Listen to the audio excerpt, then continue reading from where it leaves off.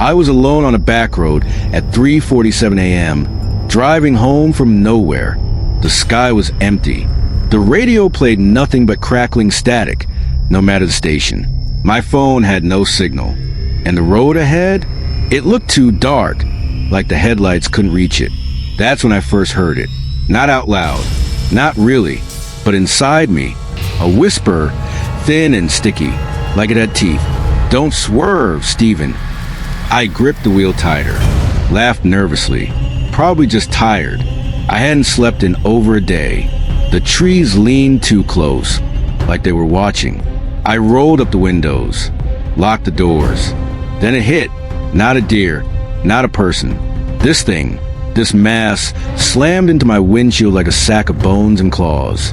It screeched once high and sharp, like a knife scraping glass. My car spun. Tires screamed. I almost crashed into a tree. When I finally stopped, my hand was shaking. My windshield was cracked, but there was no body, no blood, nothing. I should have gotten out. I didn't. I drove. The gas station appeared about 5 minutes later. Out of nowhere. No signs, no lights nearby. Just a flickering red neon that said, "Open." I pulled in, parked, and stepped out. The air smelled like wet meat and something burned. My breath fogged in the summer heat. Inside, the gas station was dead quiet. Empty shelves. Fluorescent lights blinking. A single man behind the counter. Pale, thin, twitching. His eyes locked on me, then dropped. He whispered, "It's on your back." I froze. "What?" He didn't move. Didn't blink. His voice cracked like old wood. "You should have stopped. You brought it in." I backed away. Laughed, nervous again. "Look, man, I just hit." "You didn't hit it," he hissed. "It jumped." I stumbled into the bathroom, flipped on the light, and faced a mirror. At first, I saw nothing. Then my reflection moved a second too slow. And then I saw it. A mouth on my spine. Long, thin, lined with yellow, childlike teeth, just beneath the skin. It was breathing. I ripped off my shirt, clawed at my back. But my hands wouldn't move right, like my arms didn't belong to me anymore. I blinked, and the mirror showed me bending backward, my own spine grinning. The light snapped off. I ran, but the hallway stretched. It didn't end. Door after door appeared. Gasoline, cigarettes, ice, beer, door, door, door, backwards. Something ran beside me, but I couldn't see it. Just a sound of feet that didn't match the rhythm of mine. Too fast. Too many. I finally reached the entrance. Slammed through the glass. Got to my car. The clerk stood outside now, covered in blood. "You'll drive," he said, "but it's steering." I peeled out of the station. Tires screamed again. My hands were numb. Behind me, in the backseat mirror, something was sitting, smiling. I kept driving.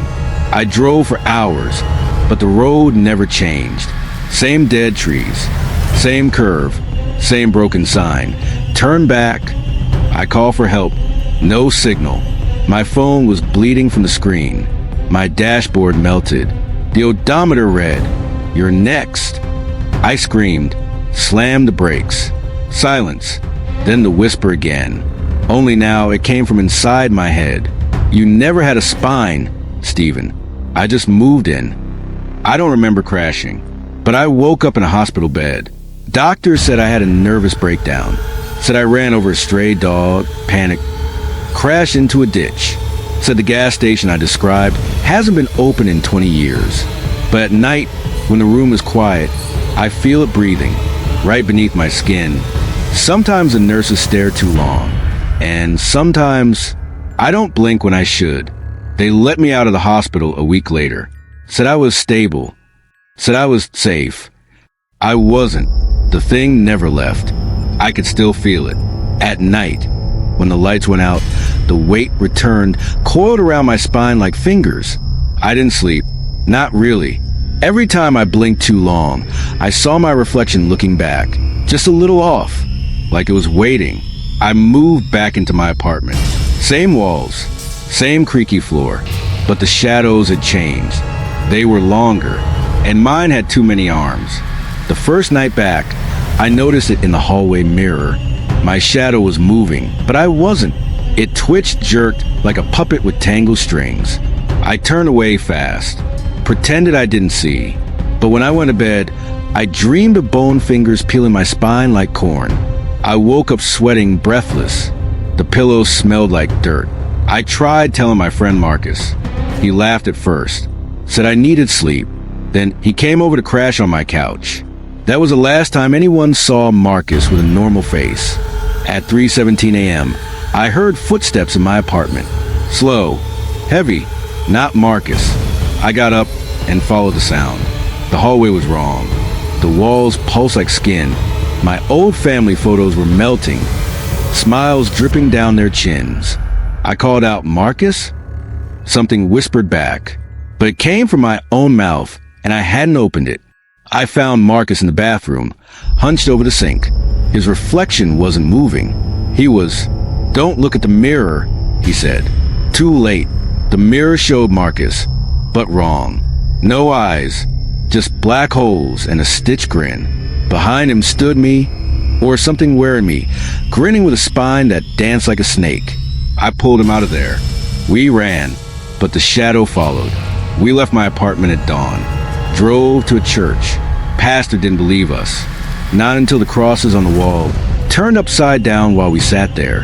He offered to pray, read scripture, lit candles, but the flames turned blue, and the stained glass window behind him melted into a face. Mine again, smiling without skin. Marcus screamed and ran. The pastor stayed. He began to vomit teeth. I drove again, road after road, highway, dirt path, parking lot. I didn't care. But wherever we stopped, the shadow stopped too, just beneath our feet. At a diner near the edge of town, we tried to rest. Marcus sat across from me. His face was pale, lips cracked. He hadn't spoken in hours, just stared at the window, muttering numbers. 3:47 a.m., he whispered. That's when it chose you. I asked him what he meant. He looked at me, and finally I saw his pupils were mirrors. In them, I saw myself, still in the gas station bathroom, still screaming, still trying to claw the mouth off my back. Then he said something I'll never forget. "You didn't survive, Stephen. You're just what it's wearing." I ran to the bathroom, stared at the mirror. My reflection was gone, but there, in its place, stood the thing. Long, boneless arms, too many fingers, a mouth on its chest, smiling. My voice came out of it. "You wore me once," it said. "Now I wear you." I screamed, slammed my fist into glass. The light shattered. The room went dark. When I opened my eyes, I was alone. I never found Marcus again. They said he burned in his car. No fingerprints, just ashes. But someone left his tongue in my mailbox a week later, wrapped in receipt paper from that gas station. I don't know who I am anymore. Sometimes I walk past mirrors, and they don't show anything. Sometimes they show me, but older, wetter, grinning too wide. Sometimes I hear people whisper my name when I'm alone. And sometimes when I try to sleep, I feel something crawling beneath my skin, like it's adjusting to the fit. The mirror in my bathroom started breathing. Not fog, not tricks. I stood there watching it, inhaling and exhaling, like lungs made of silver and glass. At first, I thought I was losing my mind. Again, but then I blinked, and my reflection didn't. It just watched me, still as death, lips slightly parted like it was about to scream. I reached out and touched the mirror. Cold, but behind the surface, I saw something move. Not me, not even human. A shape, pale, skin like paper, spine bent the wrong way, and its eyes were open inside its chest. I ran out of the bathroom and covered every mirror in the house. Sheets, towels, spray paint. Didn't matter, because the mirrors came back. Not physically, but in puddles, windows, polished spoons. My TV screen, even when it was off. My reflection was no longer mine. Sometimes I saw it smile with teeth that weren't there. Sometimes it waved at me when I wasn't moving. And once it mouthed something I couldn't hear, but felt inside my bones. Let me out. That night, I found a note stuck to my ceiling. It was written in reverse. I had to use the mirror to read it. You were never the reflection, Stephen. You were the door. I didn't sleep after that. I sat in the hallway all night, flashlight in hand, knife in the other. But the house breathed. The walls pulsed like something alive. The floorboards cracked without weight. The air smelled like burnt milk and old teeth. And from behind the covered mirrors, I heard scratching, like fingernails on the other side. The next morning, I visited an old woman who claimed she saw between glass. A mirror witch, they called her online. Her house was filled with shattered mirrors and black candles. She looked at me once and wept. "You're hollow now," she whispered. "You've been opened." I asked how to close it. She handed me a cracked mirror with a mouth drawn on it in ash. "Find the one inside you," she said, "and don't blink when it screams." That night, I sat in front of the cracked mirror, watched it. My reflection sat too, but it was no longer hiding. Its skin was peeling. One eye dangled loose. Its jaw clicked when it smiled. And its spine, oh God, its spine bent outward like something was climbing through it. I asked it what it wanted. It mouthed, "What's mine?" The lights went out. When they came back on, the mirror was gone, but the mouth on my back had opened again. I felt something crawling upward through me, veins twitching, muscles pulling against each other, like my body was rejecting me, evicting me. I screamed, slashed at my back with a broken mirror shard, but the blood poured out in reverse, climbing upward into the air like smoke. I blacked out. When I woke, I was inside the mirror. I mean that literally. My reflection was gone, but in its place stood me, the one outside, holding the knife, blinking slowly. He leaned closer. "I'm the one who stopped the car," he whispered. "You just kept driving." Then he turned off the light, and now I'm trapped behind the glass. Sometimes I see the real world, through mirrors, windows, puddles. I scream, but no one hears. I bang against the glass, but it feels like fog. The version of me out there, he's doing fine, smiling more, eyes darker. He doesn't blink much, and he leaves no reflections. I lit the match at 4:11 a.m. My hands were shaking. My back was soaked in cold sweat. I had poured half a bottle of gasoline across my spine, hoping the thing inside me hated fire. I stared at the mirror, at the other me, still trapped. It mouthed one word again and again. "Now." The match flared. I dropped it.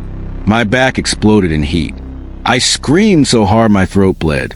The fire crawled fast, up my shoulder blades, across my spine, under my skin. I didn't care.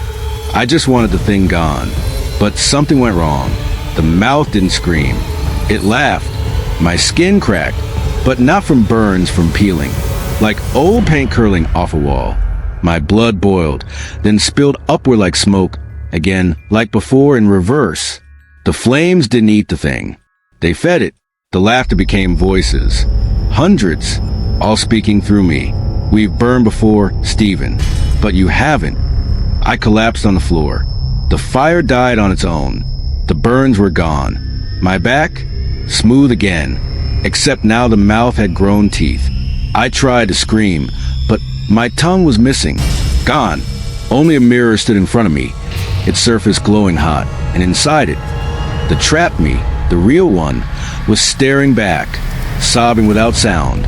The other me, the one in my skin, walked out of the apartment, left me behind. Time moves weird in here. I think it's been days, or months. Every so often, I see flashes of his life, of mine, of what I should have had. He walks in daylight, smiles at people, looks in mirrors and casts nothing. And every now and then, I hear the match light again.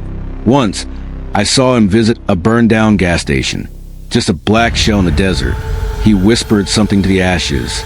He lit the fire too late. Then he left something behind. A mirror, cracked, still warm. I tried to escape. I slammed myself against the glass, bit my own fingers until they bled. Once, I shouted so hard the whole mirror warped, but it didn't break, because I'm not on the surface. I'm inside the flame, and it keeps burning. Sometimes, the mirror talks, not with words, with screams, echoes of others who burned. I've seen them. A girl with hands melted into her face. A man whose mouth stretched across his chest. A baby with two heads, one crying backward. All of them inside the glass. All of them smiling now. And me? I've stopped blinking. I've stopped breathing. I just wait for someone else to light a match. To stare too long at the mirror. To swap because the thing didn't burn. It just learned how to wear fire like skin. And now it wears me. I saw myself yesterday. Same face, same scars, same voice. He was standing across the street, staring into a darkened store window. His hands didn't move, but the reflection inside, it did. Waved, blinked, smiled too wide. That was the final sign. The thing isn't pretending anymore. It's driving. I followed him. No plan, just instinct. I had to know how far this had gone, who it had touched, what it had done with my life. He walked like me, but smoother, too smooth, like a skin that had been worn for a while. Broken in, he passed people on the sidewalk, and they all smiled at him. No one flinched. I watched one woman catch a reflection after he passed. She screamed and collapsed, eyes bleeding, mouth moving but no sound. He entered a motel. Room 304. I broke in after midnight. There was no one in the room. Just mirrors, lining every wall, every surface, ceiling, floor, and every reflection was me. 1,000 different versions. Some older, some melting, some stitched back together, some grinning with no eyes. They all turned to face me at once and whispered, "This is where the road ends, Stephen." In the center of the room was the burned mirror from the gas station. Still cracked, still warm. I picked it up and the motel vanished. I was in the car again. 3:47 a.m. The thing slammed into my windshield. Same thud, same crunch, same wet shriek. Time looped like a broken film reel. But this time, I stopped the car. I got out. There, on the highway, was the thing, crawling, hissing, mouth on its chest gaping open. But it didn't attack. It held something out to me. A key, rusty, covered in teeth. I took it, and it climbed into me. I woke up behind the wheel, but the steering will turn on its own. The rear view mirror showed no one, and the road ahead wasn't a road anymore. It was a mouth, lined with streetlights shaped like fingers. I kept driving. I passed my old house, empty, past the gas station, caved in but glowing from inside, past the hospital. All the windows showed fire. No building, just a reflection of something burning forever. And then I passed Marcus. He stood in the middle of the road, stitched back together, mouth sealed shut, eyes wide with warning. I didn't stop because I wasn't the one pressing the gas anymore. I think I was never meant to. This body was just a seat, a vehicle, something old, something hungry, just needed a way in. The crash was the key. The gas station was the gate. And I was the path. They'll find this recording. Or maybe they won't. Maybe it'll just bleed into someone else's dreams. But if you're hearing this, if you see yourself where you shouldn't be, blinking wrong, grinning at odd angles, run. Don't wait. Don't drive. And for God's sake, never look in a rearview mirror. If you're still breathing, congratulations. You survived another tale from Majesty Horror Story. But the nightmare doesn't end here.